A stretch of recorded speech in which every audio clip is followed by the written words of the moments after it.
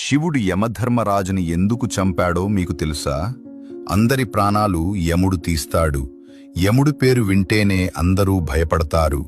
యముడు మార్కండేయుడి ప్రాణం తీసేందుకు రాగానే మార్కండేయుడు శివలింగాన్ని గట్టిగా కౌగలించుకుని, నేను శివుడిని పట్టుకొని ఉన్నాను, నువ్వు నన్ను ఏమీ చేయలేవు అంటాడు.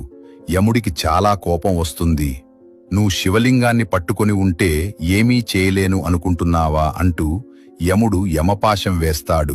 మార్కండేయుడు లింగాన్ని కౌగిలించుకొని ఉండటంతో పాశం శివలింగానికి కూడా పడుతుంది. వెంటనే శివుడు ప్రళయకాల రుద్రుడిలా ప్రత్యక్షమయ్యి, నన్ను నమ్ముకొని నన్ను పట్టుకుని ఉండగా నా భక్తుడిపై పాశం వేస్తావా అంటూ తన ఎడమకాలు ఎత్తి యముడి గుండెలపై తన్నుతాడు. అందరిని చంపే యముడు అక్కడికక్కడే మరణిస్తాడు. యముడు లేకుంటే చావు పుట్టుకలు జరగవు అని దేవతలు భయపడి శివుడిని ప్రార్థించగా, శివుడు యముడిని బ్రతికించి నా భక్తుల జోలికి వెళ్ళవద్దు అని హెచ్చరిస్తాడు. ఫ్రెండ్స్, ఓం నమః శివాయ అని కామెంట్ చేయండి.